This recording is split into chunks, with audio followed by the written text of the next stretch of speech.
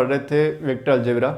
और vector algebra की हमारी 8 क्लासें हो गई हैं, जिसमें हमने कक्षा 12 में जो प्रेजेंट में जो सिलेबस चल रहा है वहाँ तक आप मैटर कंप्लीट कर लिया था। अब वेक्टर अलजेब्रा का 2 छोटे छोटे टॉपिक और पढ़ेंगे अपन, और फिर उसके बाद में इसको ख़त्म कर देंगे। वेक्टर अलजेब्रा के अंदर हमने ये जो मैंने ऊपर बोर्ड के ऊपर लिखा है कि 3 सदिशों का गुणनफल, प्रोडक्ट ऑफ 3 वेक्टर्स, और इसमें 2 प्रकार के आएंगे, एक स्केलर ट्रिपल प्रोडक्ट होगा और एक आपका वेक्टर ट्रिपल प्रोडक्ट होगा, मतलब सदिश अदिश त्रिगुणनफल और एक सदिश त्रिगुणनफल होगा। ये 2 चीज़ और पढ़नी है अपने को, ठीक है। और सबसे ज़्यादा क्वेश्चन जो है वो इन्हीं से आ रहे हैं। वेक्टर अलजेब्रा की अगर बात करें तो वेक्टर अलजेब्रा के अंदर कंपटीशन के लिहाज से देखें तो सबसे ज़्यादा क्वेश्चन इन्हीं में से पूछे जा रहे हैं, ठीक है। तो देखो हम इनको शुरू करते हैं और इसमें से अच्छे अच्छे प्रश्न बनते हैं। कुछ अपन क्वेश्चन हैं उनके डायरेक्ट अपना आंसर ही याद रखेंगे, क्योंकि वो क्वेश्चन जब करते हैं तो एग्जाम में 2-4 मिनट उन क्वेश्चन को करने में लग जाती हैं, जो कि एग्जाम के लिहाज से ठीक नहीं है। क्योंकि क्वेश्चन जो होगा एग्जाम में तो अपन मैक्सिमम 1 मिनट से ज़्यादा समय लेते हैं, तो वो क्वेश्चन अपने लिए भारी पड़ता है फिर, ठीक है। तो देखिए करते हैं शुरू आज के इस टॉपिक को। और आज हमारा टॉपिक होगा 3 सदिशों का गुणनफल, और उसमें पहला जो है वो है अदिश त्रिक गुणनफल, यानी कि 3 सदिशों का अदिश गुणनफल, ठीक है। आज की क्लास में पढ़ेंगे 3 सदिशों का अदिश गुणनफल और फिर पढ़ेंगे 3 सदिशों का सदिश गुणनफल, ठीक है। तो 3 सदिशों का अदिश गुणनफल क्या होगा, मतलब ये हुआ कि 3 सदिशों का हमें गुणा करना है, और गुणा करने के बाद में हमारे पास एक क्या है, अदिश राशि आई। 3 सदिशों को गुणा करें और गुणा करने पर अदिश राशि प्राप्त हो, तो ऐसा जो गुणनफल होगा वो क्या होगा, अदिश त्रिक गुणनफल होगा, ठीक है। यानी कहने का मतलब ये है कि हमने ए, बी और सी 3 वेक्टर लिए और तीनों का हम गुणा करें और हमारे पास एक स्केलर क्वांटिटी आ जाए, स्केलर क्वांटिटी आ जाए, ठीक है। तो स्केलर क्वांटिटी आ जाए इन तीनों को गुणा करने पर, तो फिर वो क्या होगी, इन तीनों का जो गुणनफल है वो क्या होगा, आपका अदिश गुणनफल होगा। अगर इन तीनों को गुणा करें तो अपने पास एक वेक्टर क्वांटिटी आ जाए तो फिर वो सदिश गुणनफल होगा, ठीक है। लेकिन इस क्लास में केवल अदिश गुणनफल के ऊपर ही अपन चर्चा करेंगे और अदिश गुणनफल अपन इसमें देखेंगे। अब देखो क्या होगा, क्या ऐसा संभव है क्या, जैसे मान लो कि मैंने ए और बी का अदिश गुणनफल निकाला, ये तो निकल के आया था, ठीक है, ये तो हमने निकाला था कि भाई अगर इन दोनों का अदिश गुणनफल निकालते हैं तो वो अपने पास एक अदिश राशि मिलती है। क्या ऐसा है क्या, ए डॉट बी और फिर डॉट सी, ऐसा है क्या ये संभव है? ये संभव नहीं है। क्यों? क्योंकि अदिश गुणनफल होने के लिए 2 सदिश होने चाहिए। अगर हम इन दोनों की बात करें, जैसे इन दोनों का गुणनफल निकालें तो वो क्या आ गई, एक अदिश राशि आ गई, और 2 अदिश गुणनफल के लिए 2 सदिशों का गुणा होना जरूरी है। तो ये तो हो गई अदिश राशि और ये हो गई सदिश। तो अदिश और सदिश का अदिश गुणनफल संभव नहीं है। तो फिर क्या होगा, इसका लिखने का तरीका क्या होगा, तो देखो वो क्या है, 3 अगर राशि हैं ए बी सी, और इनका अगर हम स्केलर ट्रिपल प्रोडक्ट निकालें तो वो कैसे निकालेंगे, ए और बी, यानी 2 का तो निकालेंगे क्रॉस प्रोडक्ट, ठीक है ना, 2 का तो निकालेंगे क्रॉस, ताकि हमें क्या मिल जाए, ए और बी का क्रॉस निकाला तो हमें एक सदिश राशि मिली यहाँ से। अब सदिश मिल गई तो इसका तो सदिश राशि के साथ अदिश गुणनफल निकाल सकते हैं। कोई दूसरी सदिश राशि ली सी, उसके साथ हमने इसका अदिश गुणनफल निकाल लिया। तो ये जो गुणनफल होता है इसी को अपन अदिश त्रिक गुणनफल बोलते हैं। यानी 2 राशियों में तो होगा क्रॉस प्रोडक्ट, और फिर जो क्रॉस प्रोडक्ट है वो तीसरी राशि के साथ होगा आपका स्केलर प्रोडक्ट, ठीक है। और फिर वही जो होगा उसी को अपन बोलते हैं त्रिक गुणनफल। अब इसको यूं भी लिख सकते हैं कि ए डॉट बी क्रॉस सी, ठीक है, ये भी लिख सकते हैं, ठीक है। और ये जो है ना, इसी को हम यूं भी लिख सकते हैं कि हाँ ये लिख दिया। फिर अगर हम ये करें कि B dot C cross A, ये भी लिख सकते हैं, ठीक है। C dot A cross B, ये भी लिख सकते हैं, ठीक है। सारी चीजें संभव है। ये संभव है कि 2 का तो होगा सदिश गुणनफल और एक उससे एक सदिश राशि आएगी और फिर तीसरे सदिश के साथ में हो जाएगा उसका अदिश गुणनफल। तो 2 सदिशों का अदिश गुणनफल होते हैं, अपने को अदिश राशि मिल जाएगी, और यही अपना टॉपिक है। तो देखो ए क्रॉस बी डॉट सी, या हम ये लिख देंगे ए डॉट बी क्रॉस सी, ठीक है। इसको अगर हम लिखें तो हम ए डॉट बी क्रॉस सी, मतलब 2 राशियों का तो क्रॉस निकाला, हमें एक यहाँ से एक सदिश राशि मिली और एक अदिश राशि ये है, इन दोनों सदिश राशि ये है, इन दोनों सदिशों का अदिश गुणनफल निकाला तो हमें एक अदिश राशि मिलेगी। और वो अदिश राशि को अपन ऐसे लिखेंगे ए बी सी, यानी बॉक्स में लिख देंगे इसको, ठीक है। ए डॉट बी क्रॉस सी जो है उस लिखने का तरीका ये है, ठीक है ना। तो इसका मतलब ये अगर लिखा मिल रहा है तो इसका मतलब ये यही है कि वो 3 सदिशों का अदिश गुणनफल है। अब देखो अगर इनको आपस में चेंज कर दें कि ए बी और सी, अगर इनको चक्रीय क्रम में बदलें, ठीक है, बी सी को ए को उठाए आगे ले जाएं, बी सी ए, ठीक है, और अब बी को आगे उसको बी को उठाए आगे ले जाएं तो ये क्या आ जाएगा सी ए और बी, ठीक है, और फिर वापस अगर उठा के आगे ले जाएंगे तो फिर वापस ये आ जाएगा।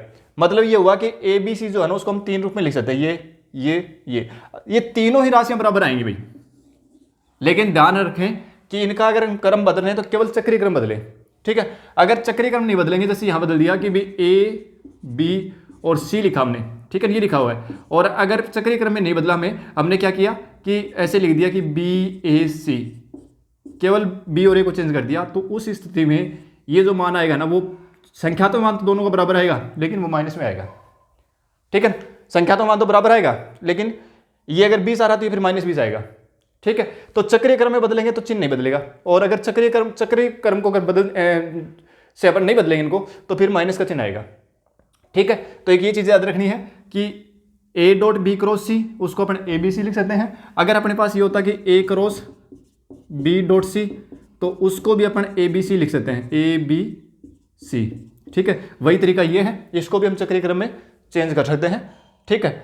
और इसका मतलब क्या हुआ कि अगर ये लिख रहे हैं तो इसका मतलब क्या हुआ कि इसका मतलब ये हुआ कि भी B dot C cross A, या तो ये लिखा गया है ये, या यूं कह दो कि B cross C dot A, या ये लिखा गया है, ठीक है। अपनी कैसे भी हम इनको लिख लेंगे और फिर आगे सोल्व कर लेंगे, ठीक है। तो अपने को यहां जो याद रखना वो केवल याद रखना कि 3 सदिशों का अदिश गुणनफल जो है वो इस प्रकार से लिखेंगे, ए डॉट बी क्रॉस सी को हम ए बी सी लिखेंगे, मोस्टली अपन ये चीज काम में लेंगे। बाकी मैंने बता दिया इनको चक्रीय क्रम में बदलने पर कोई फर्क नहीं पड़ेगा, और जैसे ये आ गया तो इसको हम ये भी लिख सकते हैं और इसको ये भी लिख सकते हैं, दोनों ही इसके बराबर ही हैं, ठीक है। क्योंकि देखो यहां पर ये चीज और ये चीज संभव तो है ये कि B dot C cross A ये सदिश और 2 सदिशों का अदिश गुणनफल संभव है, ये सदिश 2 सदिशों का अदिश गुणनफल संभव है। इसको अगर हम लिखें तो क्या लिख सकते हैं, बी सी ए लिख सकते हैं, और इसको लिखें तो क्या लिखेंगे, बी सी ए, ठीक है, दोनों बराबर ही हैं, ठीक है। तो इससे कोई फर्क नहीं पड़ेगा, हम इसको B dot C cross A लिखें या B cross C dot A लिखें, लिख सकते हैं इसको, ठीक है ना। तो ये चीज़ अपने को ध्यान में रखनी है। तो अब हमारे दिमाग में ये चीज़ बैठ गई कि 3 सदिशों को गुणा करेंगे, और 3 सदिशों का गुणा इस प्रकार से करेंगे कि हमें उनको गुणा करने पर एक अदिश राशि मिल जाए, तो ऐसा जो गुणनफल होगा वो अपना अदिश गुणनफल होगा, ठीक है। ए बी सी 3 सदिश लिए, उनको हमने गुणा किया कि बी ए को पहले बी और सी को गुणा क्रॉस कर लिया, सदिश गुणनफल कर लिया, और उसका ए के साथ अदिश कर लिया, तो ए डॉट बी क्रॉस सी लिखा गया, और यही अपना क्या है, अदिश गुणनफल है, ठीक है। और इसको हम क्या लिख सकते हैं, बॉक्स के अंदर लिखते हैं, ये अभी मैंने बताया भी है, ए बी सी, बस ये याद रखना है, यही चीज अपने को याद रखनी है, ठीक है। इनको चक्रीय क्रम में बदलेंगे, अब इनके ऊपर आप कुछ प्रॉपर्टीज याद कर लो कि अगर इनको चक्रीय क्रम में बदलेंगे तो कोई फर्क नहीं पड़ेगा, ए बी सी बराबर बी सी ए बराबर सी ए बी, मतलब इनके आपस में ए को उठाया आगे ले गए, फिर बी को उठाया आगे ले गए, ठीक है, तो ये बराबर आएंगे। अगर इनको आपस में चेंज करेंगे, जैसे ए और सी और बी को चेंज कर दिया सी बी, तो ये जो मान है ये बराबर तो आएंगे लेकिन संख्यात्मक मान बराबर आएंगे, जबकि माइनस का चिन्ह जो है इनका उल्टा हो जाएगा, इसका तो जैसे 20 आ रहा तो इसका -20 आएगा, ठीक है। तो कहने का मतलब ये कि चक्रीय क्रम में नहीं बदलेंगे, ऐसे बदल देंगे तो फिर उसका जो मान है वो ऋणात्मक हो जाएगा, ठीक है। एक ये 2 गुणधर्म हो गए अपने, अब इससे कुछ गुणधर्म अपने को याद रख लेने हैं, चलो वो बाद में देखेंगे, पहले एक क्वेश्चन कर लेते हैं, उसके बाद इनके प्रॉपर्टी लिखेंगे।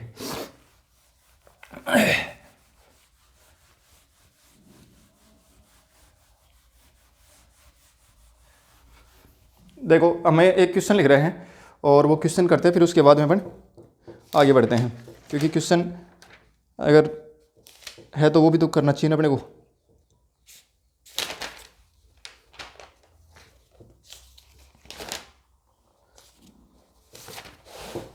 देखो क्वेश्चन देख रहा हूँ मैं, 3 सदिश दे दिया अपने को, चलो कोई भी लिख लो, कोई दिक्कत नहीं, उससे कोई फर्क नहीं पड़ेगा। क्वेश्चन लिख रहा हूँ मैं, यदि वेक्टर ए बराबर आई प्लस जे प्लस के, और वेक्टर बी बराबर 2i कैप माइनस जे कैप प्लस के कैप, और वेक्टर सी बराबर हो जाएगा 3i कैप माइनस जे कैप प्लस 2k कैप। ये 3 वेक्टर दे दिए और हमें कह दिया कि इन तीनों का अदिश गुणनफल ज्ञात करो। मतलब ये होगा कि a डॉट बी क्रॉस सी, या यूँ कह दे कि सीधा इसको बॉक्स में बंद कर दे दे कि भाई ए बी सी ये निकालना आपको, ठीक है। ए बी सी निकालना है, बी सी ए निकालना है, सी ए बी निकालना है, कौन सा पूछे, ठीक है। तो इस बॉक्स में क्वेश्चन अपना ये है यहाँ पर कि भाई ये 3 सदिश दे रखे हैं और आपको निकालना है ए बी सी निकालना है, ए बी सी आपको फाइंड आउट करना है, ठीक है। तो इसका मान निकालने का तरीका जो है ना, ए बी सी सीधा निकालेंगे अपन, और कैसे, वेक्टर मेथड से, ठीक है। अब देखो जो 3 सदिश हैं इन तीनों के अदिश घटक लिखेंगे ऊपर अपन इस सारणी में। तो ए पहले है तो फर्स्ट रो में ए के एलिमेंट आएंगे, फिर बी है बी के आ जाएंगे, फिर सी है सी के आ जाएंगे। अगर यहाँ पर बी सी ए करना होता तो पहले बी फिर सी और फिर ए वो आते, ठीक है। तो ये जिस क्रम में है ना उसी क्रम में इनके जो पहले एलिमेंट है उसके फर्स्ट रो में, पहला जो वेक्टर है उसके आपके अदिश घटक जो है वो पहले रो में आएंगे, सेकंड जो वेक्टर है उसके आएंगे सेकंड रो में, और थर्ड है उसके थर्ड रो में, ठीक है। और अगर फर्स्ट के कॉलम में लिखोगे तो सेकंड के भी सेकंड कॉलम में लिखने पड़ेंगे, थर्ड के थर्ड कॉलम में लिखने पड़ेंगे। कॉलम में और रो में लिखने में कोई फर्क नहीं पड़ेगा। ये अपन वेक्टर जो डिटर्मिनेंट पढ़ के वहाँ पर जानते हैं कि रो और कॉलम को आपस में बदलने पर सारणी के मान में कोई परिवर्तन नहीं होता, ठीक है। तो देखो 1 1 1, फिर बी के लिखो 2 -1 1, और सी के लिखो 3 -1 और 2, ठीक है। तो 3 सदिश ए बी से थे, उनका त्रिगुणनफल निकाल रहे हैं। उसका तरीका ये होगा, तीनों सदिशों के जो अदिश घटक है उनको आप तीनों रो में लिख दो और इसको सोल्व कर लो, ठीक है।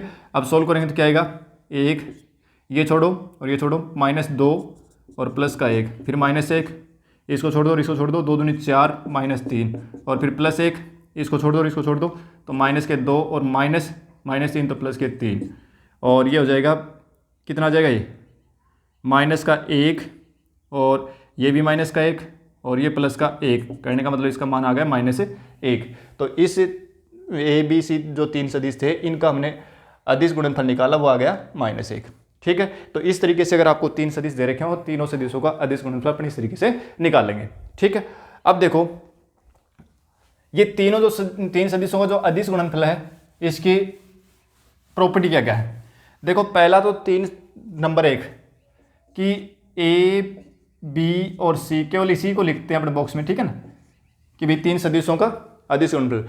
ये जो है ना ये हमेशा एक समानांतर षटफलक का आयतन है, ठीक है ना। 3 सदिशों का अदिश गुणनफल जो है वो क्या है, एक समानांतर षटफलक यानी घनाभ का आयतन है ये। और ए बी सी क्या चीज है, उस घनाभ की तीनों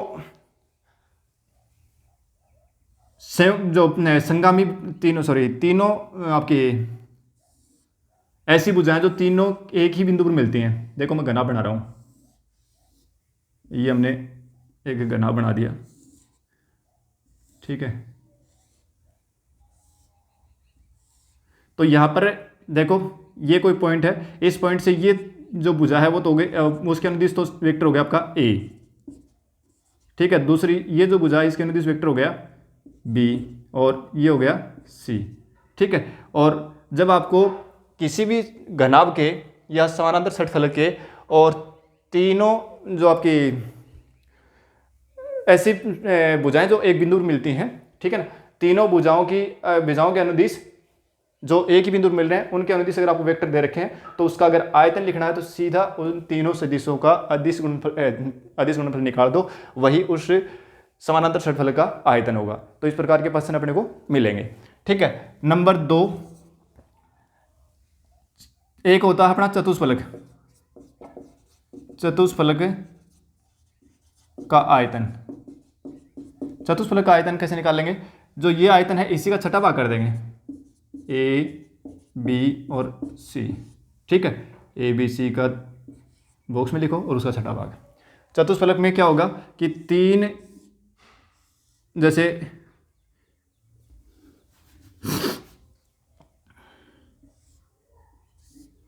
ये कोई ए बी और सी 3 भुजा हैं, ठीक है। और इन तीनों भुजाओं की इस स्थिति सदिश निकालें ओ के सापेक्ष, तो देखो अब ये जो आकृति बनी ना, वो आकृति क्या बन गई, ये ओ हो गया। तो अब ये आकृति जो बन गई ना, वो एक चतुष्फलक बन गई, ठीक है ना। ये एक आकृति जो है वो क्या बन गई, एक चतुष्फलक बन गई। ये ए पीछे हो गया, ठीक है, और ये दो बिंदु इस साइड हो गए, और ये आपका तो इस ये क्या बन गया, एक चतुष्फलक बन गया। और चतुष्फलक बन गया तो इसका मतलब क्या हुआ कि ये जो ए है इसका इस स्थिति सदिश हमने ए लिख दिया, बी का बी लिख दिया, और सी का ये वेक्टर सी लिख दिया। तो इस चतुष्फलक का जो आयतन है ना, वो क्या होगा, जो ए बी सी का त्रिगुणनफल निकालो और उसका छठा हिस्सा निकाल दो। ये दोनों सूत्र अपने को याद रखने हैं, ठीक है। अब सबसे जो महत्वपूर्ण बात है, सबसे ज़्यादा क्वेश्चन जो बनते हैं वो इसी कंडीशन के ऊपर बनते हैं, ठीक है। वो कंडीशन क्या है कि अगर ए बी सी का त्रिगुणनफल निकालें और वो आ जाए 0, ठीक है ना, ए बी सी का त्रिगुणनफल निकालें और वो आ जाए 0, तो उस स्थिति में ए बी सी जो है ना, वेक्टर ए, वेक्टर बी और वेक्टर सी क्या होते हैं, समतलीय होते हैं, समतलीय होते हैं। समतलीय होने का मतलब क्या हुआ कि ए बी सी तीनों जो हैं, अगर इनका त्रिगुणनफल निकाला और तीनों का त्रिगुणनफल 0 आ गया, इसका मतलब वो एक ही समतल में है। एक ही समतल में मतलब तीनों की तीनों, जैसे तो ये बोर्ड पर हो गई, दूसरी ये बोर्ड पर हो गई, तीसरी कोई भी किसी तरीके से इस प्रकार से बोर्ड पर हो गई, ये ए हो गया, ये बी हो गया और ये सी हो गया, ये तीनों एक ही बोर्ड पर हो गए। अगर ये तीनों एक ही बोर्ड पर हैं, ठीक है, तो उस समय तीनों समतलीय हैं, तो उनके लिए त्रिगुणनफल वो क्या आएगा, 0 आएगा, ठीक है।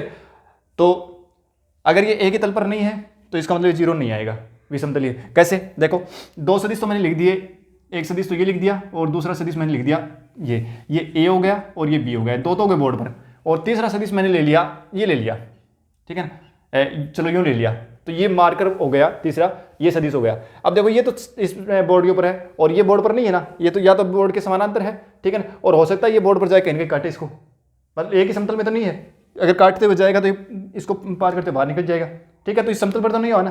तो अगर तीनों समतलीय हैं, यानी एक ही समतल पर है, तब तो इनका त्रिगुणनफल आएगा 0, ठीक है, और अगर एक ही समतल पर नहीं है तो इनका त्रिगुणनफल 0 नहीं आएगा। तो यहाँ पर एक कंडीशन बन रही है कि तीन सदिशों के समतलीय होने का प्रतिबंध क्या हुआ कि तीन सदिश समतलीय होंगे यदि उनका त्रिगुणनफल 0 आएगा, ठीक है। तो इसी पर प्रश्न करते हैं अपन पहले, चलो एक बात और देख ले फिर करते हैं प्रश्न। तो तीन सदिशों का समतलीय होने का प्रतिबंध हो गया। अब देखो अगर आपसे ये कह दे कि यहीं पर मैं लिख रहा हूं कि 4 बिंदु लिख दिए, ए बी और सी और डी, ठीक है, 4 बिंदु लिख दिए और चारों बिंदुओं का समतलीय होने का प्रतिबंध पूछ लिया कि ये चारों, सिद्ध करो कि चारों बिंदु एक ही समतल के ऊपर है, ठीक है ना, इस बॉल के ऊपर है। हो सकता है कि 3 इस पर हो, एक बाहर हो, तो समतलीय नहीं होंगी। तो अपने को चेक करना कि चारों बिंदु समतलीय है, एक ही समतल के ऊपर है, तो भी तरीका यही होगा। इससे अपन क्या करेंगे, 3 सदिश बनाएंगे इन चारों बिंदुओं से और 3 सदिश बना के उनका त्रिगुणनफल निकालेंगे। अगर वो 0 आ गया तो फिर क्या है, ये समतलीय होंगे चारों, मतलब चारों बिंदु समतलीय होंगे। और 3 कैसे बनाएंगे, जैसे एक तो बना लेते हैं कि बी ए को इस तरह रखेंगे, ए को मूल बिंदु बना लेंगे, जैसे ए को मूल बिंदु के साथ बना लें तो क्या क्या आएगा, बी ए, सी ए और डी ए, ये 3 सदिश बन गए और तीनों का क्या निकाल देंगे, त्रिगुणनफल निकाल देंगे। अगर ये 0 आ गया तो फिर ये चारों बिंदु क्या हो गए, समतलीय हो गए, ठीक है। तो ये 4 बिंदुओं के समतलीय होने का प्रतिबंध हो गया, ठीक है। हो सकता है यहाँ पर चतुष्फलक का आयतन पूछे और चतुष्फलक का आयतन यहाँ तो मैंने 0 लिखा है, चौथा बिंदु, हो सकता है चतुष्फलक के चारों बिंदु दे रखे हैं बापू, ठीक है ना, चारों बिंदु दे दे फिर उसका आयतन पूछ ले। तो उस समय भी अपने को क्या बनाने हैं, चतुष्फलक से के चारों शीर्षों से हमें 3 सदिश बनाने हैं, ठीक है। तो 3 सदिश बनाएंगे तो उस समय कोई भी एक शीर्ष को अपन मूल बिंदु मानेंगे। जैसे यहाँ पर मैंने ए को मूल बिंदु माना है, तो ए को मूल बिंदु मान करके और सभी बिंदुओं से ए के सापेक्ष इनकी क्या निकाल लिया, सदिश निकाल लिया, यानी बी ए निकाल लिया, सी ए निकाल लिया, डी ए निकाल लिया, 3 सदिश बन गए। और उसी प्रकार उसी तरह से अगर चतुष्फलक के चारों बिंदु दे रखे हैं तो 3 सदिश अपने बना लेंगे, ठीक है, और उनका त्रिगुणनफल निकालेंगे और उसका छठा हिस्सा निकाल देंगे तो चतुष्फलक का आयतन आ जाएगा, ठीक है। तो अब करते हैं हम क्वेश्चन। तो 3 बात हो गई कि पहला, अगर त्रिगुणनफल है ए बी, 3 सदिशों का त्रिगुणनफल निकाला और तीनों सदिश क्या है, एक समानांतर षटफलक की और संलग्न भुजा है, मतलब एक ही बिंदु के ऊपर तीनों मिल रही हैं, ऐसी भुजा है, ठीक है, या तीनों का एक कॉमन बिंदु है, तो उस स्थिति में उसका आयतन जो वो यह आएगा। फिर अगर ए बी सी चतुष्फलक की और 3 वही संलग्न भुजा, चतुष्फलक की 3 संलग्न भुजा, अगर ए उनके अनुदिश सदिश ए बी सी है तो उसका आयतन निकालेंगे, तो इस त्रिगुणनफल का मान निकालेंगे और उसका छठा हिस्सा कर देंगे, वो चतुष्फलक का आयतन आ जाएगा। और अगर त्रिगुणनफल 0 आ जाए तो तीनों सदिश क्या होंगे, समतलीय होंगे, ठीक है। और फिर 4 बिंदुओं का समतलीय होने का प्रतिबंध हमने देख लिया कि 4 बिंदु अगर समतलीय से करने हैं तो 3 सदिश बनाओ और उससे त्रिगुणनफल निकालो, वो भी 0 आ जाए, तो फिर ये क्या हो जाएगा अपना, चारों बिंदु समतलीय हो जाएंगे। ठीक है, अब करते हैं अपने क्वेश्चन। देखो क्वेश्चन मैं कर रहा हूं, एक क्वेश्चन करते हैं अपना, और वैसा ही क्वेश्चन करते हैं जो एग्जाम में आया हुआ है।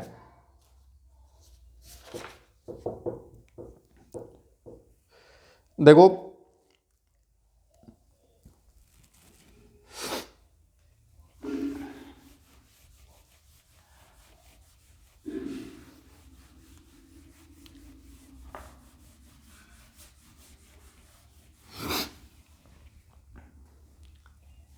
पहला क्वेश्चन, देखो तीनों के ऊपर देख लेते हैं। पहला क्वेश्चन ये है कि यदि किसी समानांतर षटफलक की सह अवसानी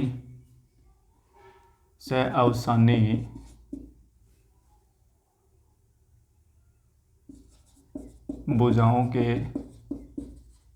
अनुदिश सदिश क्रमशः I cap minus 2j cap plus 3k cap, और दूसरा आ गया 2i cap minus j cap plus 3k cap, और i cap minus j cap plus k cap है, तो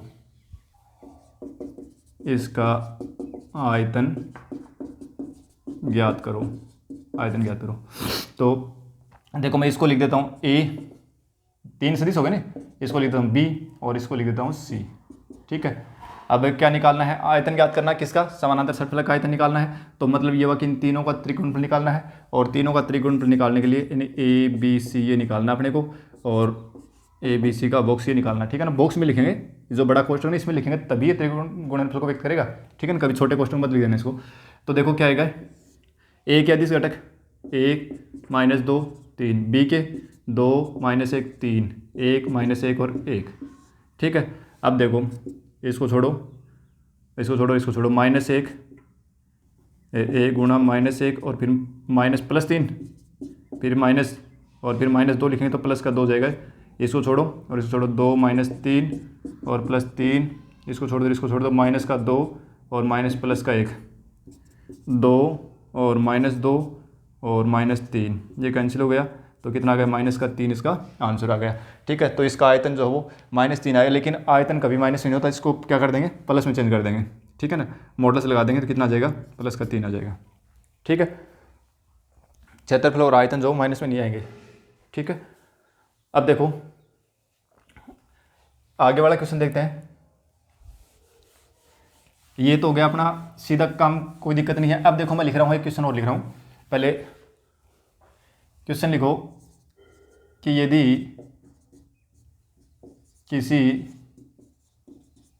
चतुष्फलक के शीर्ष a 2 3 4 b a -1 -2 -3 c, ठीक है।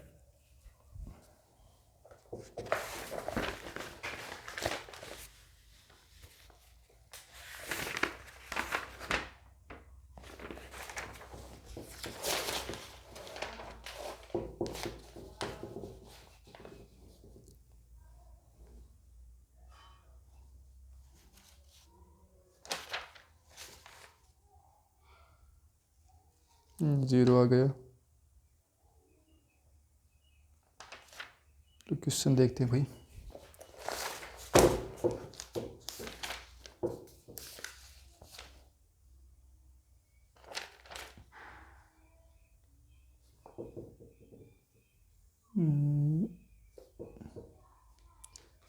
चलो है नहीं इसमें क्वेश्चन कोई चतुष्फलक के आयतन संबंधित है।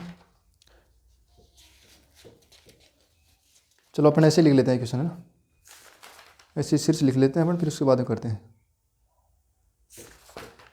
चतुष्फलक का आयतन याद करने के लिए कोई नहीं, चलो हाँ ए बी सी 2 बिंदु लिख दिए, तीसरा बिंदु लिखते हैं अपने। तीसरा बिंदु सी है जिसके कोऑर्डिनेट हैं 1 4 5 और सी डी के कोऑर्डिनेट हैं 2, 3 और 5। ठीक है, और कह रहा है कि इस चतुष्फलक का के शीर्ष ये हैं, तो इसका आयतन ज्ञात करो, इसका आयतन ज्ञात करना है। ठीक है, आयतन निकालना है। तो देखो क्या करेंगे, चतुष्फलक के शीर्ष दे रखे हैं, तो कोई भी एक शीर्ष, चारों शीर्ष दे रखे हैं इस बार। ठीक है ना, तो चारों शीर्ष दे रखे हैं, तो पहले अपन क्या करेंगे कि कोई भी एक शीर्ष को, जैसे चतुष्फलक बना लूँ मैं इस तरीके से, ये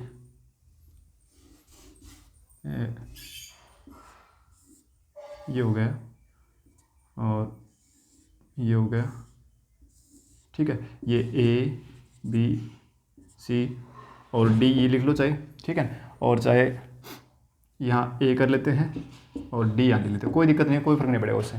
ठीक है ना, तो A को मूल बिंदु मान के और A के अनुदिश अपन क्या निकाल लेते हैं, तीनों सदिश, तीनों जो बिंदु हैं उनके इस सदिश से निकाल लेते हैं A के सापेक्ष। ठीक है, तो देखो अपन क्या निकालेंगे, सबसे पहले 8D निकाल लेते हैं। ठीक है, तो 8D कितना आएगा, A और D ये रहा, इसमें से माइनस करो तो ये कितना जाएगा, ये तो खाली एक J का K कैप आ गया, क्योंकि ये 0 हो जाएगा, J वाला 0 हो जाएगा, तो ये K कैप आ गया। फिर अपन निकालेंगे कौन सा, एक B, B में से घटाओ, तो B में से घटाएंगे तो माइनस का 3I कैप और माइनस का 5J कैप और माइनस का 7K कैप। फिर AC निकालेंगे, तो AC क्या आएगा, माइनस का I कैप प्लस का J कैप और प्लस का K कैप। ठीक है, और अब क्या करना अपने को, 8D dot AB cross AC ये निकालना है। ठीक है, आयतन निकालना है, जिसका मतलब इनको तीनों सदिशों का क्या निकालना है, त्रिकोणफल निकालना है। और इसको अपन ये भी लिख सकते हैं कि भाई 8D डॉट AD AB और AC ये लिख सकते हैं। ठीक है ना, और चक्रीय क्रम में इनको बदल भी सकते हैं।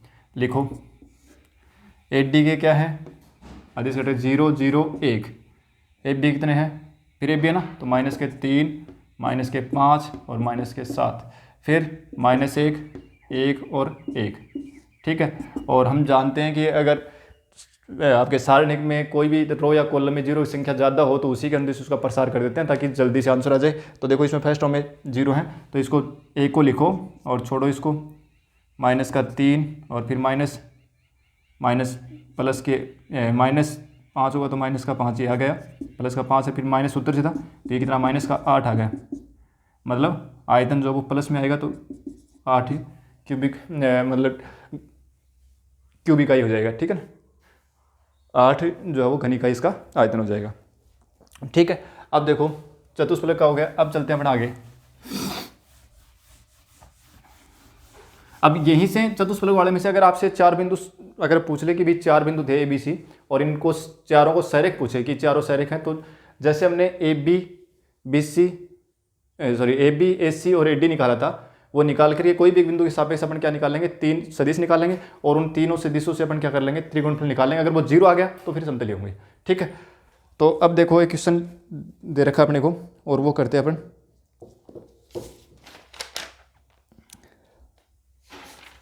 क्वेश्चन अपना ये है कि ऐसा क्वेश्चन एग्जाम में आया हुआ क्वेश्चन अपना, क्वेश्चन ये है कि लेमडा के किस मान के लिए, लेमडा के किस मान के लिए वेक्टर A बराबर 2I Kaif minus J Kaif plus K Kaif और वेक्टर B बराबर I Kaif plus 2J Kaif minus 3K Kaif और वेक्टर C बराबर 3I Kaif plus lambda J Kaif और प्लस 5K कैफ। लेमडा किस मान के लिए 3 सदिश दे रखे हैं ABC क्या होंगे, समतलीय। लेमडा किस मान के लिए समतलीय होंगे, यानी मतलब तीनों समतलीय हैं, तो लेमडा का मान बताओ क्या होगा। ठीक है, तीनों सदिश ABC जो होंगे तीनों समतलीय हैं, तो लेमडा का मान बता कितना होगा। ठीक है, तो देखो समतलीय होने के लिए प्रतिबंध क्या था कि भाई तीनों सदिशों का त्रिकोणफल निकालेंगे, वो क्या आ जाएगा, 0 आ जाएगा, तो उस समय सदिश क्या होंगे, समतलीय सदिश होंगे। ठीक है, तो लिखो A के अदिश घटक 2 माइनस 1 1 1 2 माइनस 3 3 लेमडा और 5 बराबर क्या आ गया 0। ठीक है, करो सोल्व करो इस सारणी को, तो 2 गुणा, इसको छोड़ो और इसको 5 दूनी 10 और माइनस 3 लेमडा तो प्लस का 3 लेमडा, फिर माइनस का 1 तो प्लस का 1 हो जाएगा, इसको छोड़ दो और इसको छोड़ दो, 5 और -9 प्लस 1 लेमडा -6 बराबर 0। तो ये कितना होगा 20 प्लस 6 लेमडा, और ये कितना 9 और 5 14 और प्लस लेमडा और -6 बराबर 0।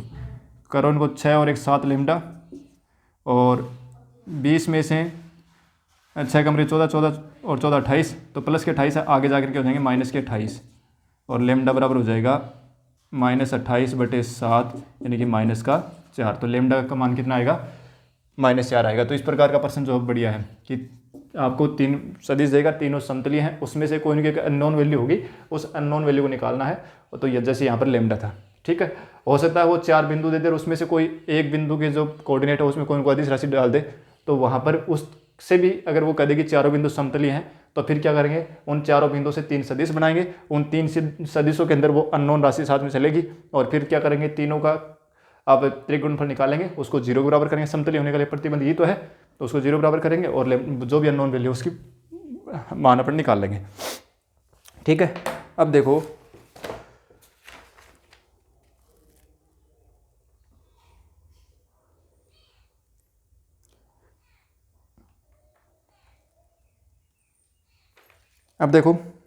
तीन सदिश अगर ए बी सी समतलीय हों तो तीनों का त्रिगुणनफल क्या आ गया, 0 आ गया।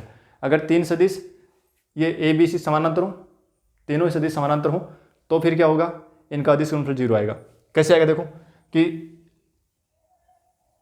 तीनों सदिश जो समानांतर हों, जैसे ए बी और सी ये हो गए, ठीक है ना, तो हम इसका क्रॉस प्रोडक्ट निकालते हैं इन दो का, तो इन दो का क्रॉस प्रोडक्ट निकालेंगे, वो क्या आएगा, भाई ये 2 सदिश थे, इनका क्रॉस प्रोडक्ट हमने निकाला, तो वो तीसरा सदिश इनके लंबवत आएगा यूँ, ठीक है, लंबवत आएगा, तो फिर वो क्या होगा, वो इस पूरे बोर्ड के ऊपर लंबवत हो तो इसके ऊपर लंबवत होगा, और 2 सदिशों के बीच में अगर लंबवत 2 सदिश एक दूसरे के लंबवत हों, यानी उसके बीच में कोण ना बढ़ी या बढ़ना हो, तो उनका अदिश गुणनफल क्या आएगा, 0। तो यही तो था कि 2 का क्रॉस निकला था और फिर तीसरे के साथ उसका अदिश निकला था, तो 2 का क्रॉस इनके लंबवत और वो इसके भी लंबवत हुआ, ठीक है ना, तो वो क्या हो जाएगा कि ये लंबवत जो है, ये लंबवत वाली कंडीशन से 0 हो जाएगा। तो इसका मतलब ये हुआ कि 3 सदिश समान हो, 3 सदिश समानांतर हो या 3 सदिश समतलीय हो, तीनों के लिए त्रिगुणनफल जो है वो 0 आएगा।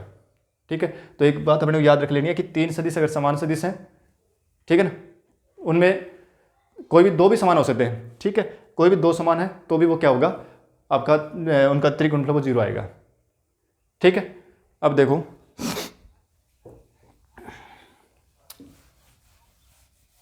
आगे बढ़ते हैं और कुछ क्वेश्चन करते हैं।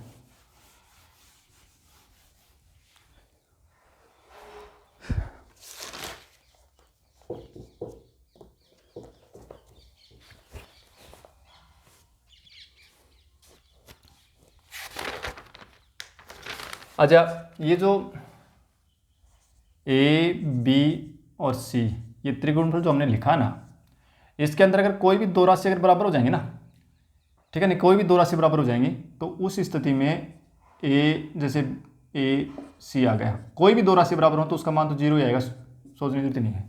ठीक है ना, 2 अगर सदिश एक जैसे आ गए, ठीक है, और 2 सदिश जो हम एक जैसे आ गए, एक तीसरा सदिश है, तो उन तीनों का अगर त्रिगुणनफल निकालें वो 0 आएगा। ठीक है ना, क्वेश्चन सोल्व करने में अपने को मदद करेगा। देखो अब कुछ क्वेश्चन है और उनके बाद सीधे आंसर अपन करते हैं, उनको एज ए प्रॉपर्टी अपनी याद रखेंगे, बस बात ये है। जैसे पहला मैंने लिखा कि ए प्लस बी और सी और डी, ठीक है, 4 सदिश इस प्रकार से थे कि 2 का योग, तीसरा अलग है, चौथा अलग है, ठीक है, और इनका त्रिगुणनफल निकालना है, तो ये जो गुणनफल आएगा ना, वो अपना ए सी डी और प्लस बी सी और डी, पहले ए में दोनों ले लो, फिर बी के साथ ही दोनों ले लो, ये आएगा। तो एक तो ये अपने को याद रखना है, इस तरीके से अपन अगर कहीं पर भी ऐसा बनता तो हम इसको ऐसे लिख लेंगे। ठीक है, एक इसी से एक और लिख देता हूँ, ए प्लस बी, ठीक है, बी प्लस सी और सी प्लस ए, ये लिखा मैंने, ठीक है ना, A plus B plus C plus A. ठीक है, उस स्थिति में हम इसको क्या क्या लिखेंगे, देखो ए प्लस ए बी सी और प्लस ए बी सी, फिर बी सी ए, बी प्लस सी सॉरी बी सी ए और ए बी सी, इसको अपन क्रम बदल के इस ए को पहले ले आए तो ये क्या बन जाएगा, ए बी सी, क्रम बदल सकते हैं ना, तो ये क्या बन गया, 2 बन गया ए बी और सी। अगर ऐसा हो जाए तो हम उसको ये लिख सकते हैं। तो दूसरा अपना ये है, ये याद रखना है कि A plus B plus C plus A अगर आ जाए तो उसका जो त्रिगुणनफल बनेगा वो क्या आएगा, 2 गुणा ए बी सी आएगा। ठीक है, तो ये याद रखना, सीधे अपने को एज ए उसके फॉर्मूले याद रखना है इनको।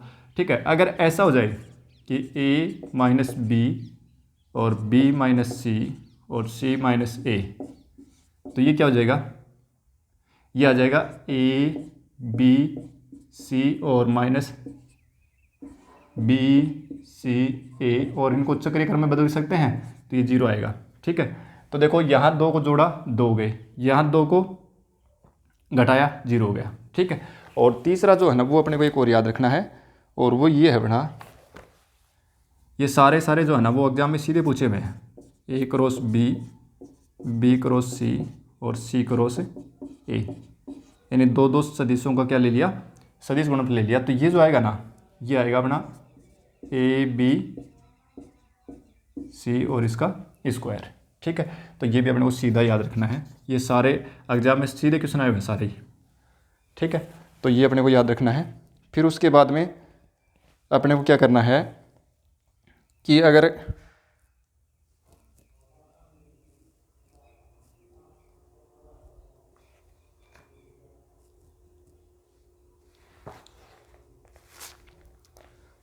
ये हो गया, और एक और याद रखना अपने को कि यदि ए बी सी परस्पर लंबवत सदिश होना, ये ए बी और सी तीनों क्या हों, परस्पर लंबवत हों, ठीक है ना, एक दूसरे के लंबवत हों, तो एक प्रॉपर्टी ये बनती है कि ए बी सी इनका त्रिगुणनफल निकालोगे और उसका मॉडुलस निकालोगे ना, तो वो क्या आएगा, तीनों के अलग अलग परिमाण के गुणनफल के बराबर आएगा। ठीक है ना, इसके बराबर आएगा। ये प्रॉपर्टी अपने को याद रखनी है। ठीक है, उसके बाद में ये सारी चीज़ें अपने को याद रखनी है एग्जाम की दृष्टि से। ठीक है, अब 1-2 प्रश्न कर लेते हैं, और जो कि एग्जाम में आए हुए प्रश्न ही हैं वही कर लेते हैं। ठीक है, ये सारी चीज़ें अपने को याद रखनी है सीधी। ठीक है, और लिखने का तरीका मैंने बता दिया, इसी से लिखे सारे, पहले ये लिख दिया, अब मैं इसको इस तरीके से लिख सकते हैं। ठीक है ना, और अगर आप ध्यान से देखो ना तो ये चीज़ वही है, ए प्लस बी और डॉट सी क्रॉस डी। अब ये लिखते आया मैंने सी क्रॉस डी। ठीक है, पहले इसका इसके साथ डॉट करो, फिर इसका इसके साथ करो, या यूँ कह दो कि A dot C cross D और फिर plus B dot C cross D, और ये चीज़ क्या बनेगी, ये ए सी डी बन गई, ए सी डी, हाँ ए सी डी लिखा मैंने, ए सी डी, और ये बन गया आपका प्लस बी सी डी। देखो ये बन रहा है क्या। ठीक है ना, तो इसी तरीके से आए हैं। ठीक है, ये याद रखना अपने सीधे, बस और कोई बात नहीं है। अब देखो आगे एक क्वेश्चन करते हैं अपन, और क्वेश्चन अपना क्या है, बढ़िया क्वेश्चन है ये। क्वेश्चन ये है कि पी क्यू और आर उस घनाभ 3 सदिश दे रखे हैं। पी क्यू आर का मान दे रखे, तो पी का मान दे रखा अपने को -5i प्लस जे और -k का, और क्यू दे रखा है, वेक्टर क्यू दे रखा है 2i प्लस जे प्लस 2k, और वेक्टर सी दे रखा है वेक्टर आर दे रखा है 4i प्लस 2j और -2k, ये दे रखा है। ठीक है, तो उस घनाभ का आयतन ज्ञात करो जिसकी सहवासानी किनारे ये हों। यानी घनाभ का आयतन तो अपने को ज्ञात करना है, घनाभ का आयतन तो निकालना है। ठीक है ना, आयतन तो अपने को ज्ञात करना है, और क्या दे रखा है कि इस घनाभ की सहवासानी जो भुजाएं हैं, सहवासानी भुजाएं जो हैं वो क्या क्या हैं, एक तो है P प्लस क्यू, दूसरी है P प्लस क्यू और Q प्लस आर और R प्लस P। ठीक है, ये दे रखे हैं कि उस घनाभ की तीनों सहवासानी जो भुजाएं वो ये हुई, मतलब ये हुआ कि उस घनाभ की जो एक तीनों भुजा जिस बिंदु पर मिलती है ना, उन या यूँ कह दो तीनों संलग्न भुजा है ना, उनके अनुदिश अपने सदिश दे दिए। ठीक है, तो फिर इसका आयतन निकालना तो आसान है। क्या करेंगे, इसका त्रिगुणनफल निकाल देंगे, आयतन आ जाएगा। ठीक है, तो देखो कैसे निकालेंगे। क्या करना है कि घनाभ का आयतन क्या हो जाएगा, इन तीनों का P प्लस क्यू और Q प्लस R और R प्लस P, इनका क्या निकालना है, त्रिगुणनफल निकालना है। इसको क्या लिख सकते हैं, अभी एक प्रॉपर्टी लिखी थी P Q और R, P Q और R, और इसको क्या लिख देंगे, Q R P आएगा, तो सीधा इसको 2 से गुणा कर दें भाई, P plus Q, Q plus R, R plus या P। ठीक है, P plus Q, Q plus R और R प्लस P, तो इसको क्या लिख सकते हैं, 2 गुणा P Q R। अभी मैंने एक प्रॉपर्टी लिखी थी, ठीक है आ गया। इसका मतलब ये हुआ कि हमें क्या चाहिए, P Q R का क्या चाहिए, त्रिगुणनफल चाहिए, वो निकाल लेते हैं। तो अब ये क्या जाएगा, 2 गुणा, और लिखो इसका मान कितना आएगा, -5, 1 -1, 2 1 2 और 4 2 और -2। ठीक है, 2 गुणा करते इसको, -5 इसको छोड़ो, -2 और -4, -1 इसको छोड़ दो और इसको छोड़ दो, तो -4 और -8, फिर -1 इसको छोड़ दो और इसको छोड़ दो, तो 4 -4, और ये तो गया 0। ठीक है, ये कितने हो गए, -12 हो गए, -12 और माइनस गुणा हो गए +12 और ये +30, तो 2 गुणा +30 तो ये हो गए, +12 वो हो गए, आगे वाला हो गया 0। तो 42 और 42 को 2 से गुणा करो तो 84 घन इकाई। ठीक है, घन इकाई, ये आ गया उसका आयतन। ठीक है, तो इस प्रकार से अपने को और 3 सदिश दे रखे हों, तो इन 3 सदिशों की सहायता से चतुष्फलक का आयतन, घनाभ का आयतन, तीनों सदिशों के समतलीय होने का प्रतिबंध, 4 बिंदुओं का समतलीय होने का प्रतिबंध, ये सारी चीज़ें जो है वो आज की अपने इस क्लास में हमने पढ़ी हैं। इससे प्रश्न किसी न किसी रूप में बन जाता है, चीज़ वही है। ठीक है, बस किसी न किसी तरीके से घुमा फिरा के कोई उनको प्रश्न बनाता है और वही प्रश्न एग्जाम में आते हैं। मिलते हैं अगली क्लास में, थैंक यू।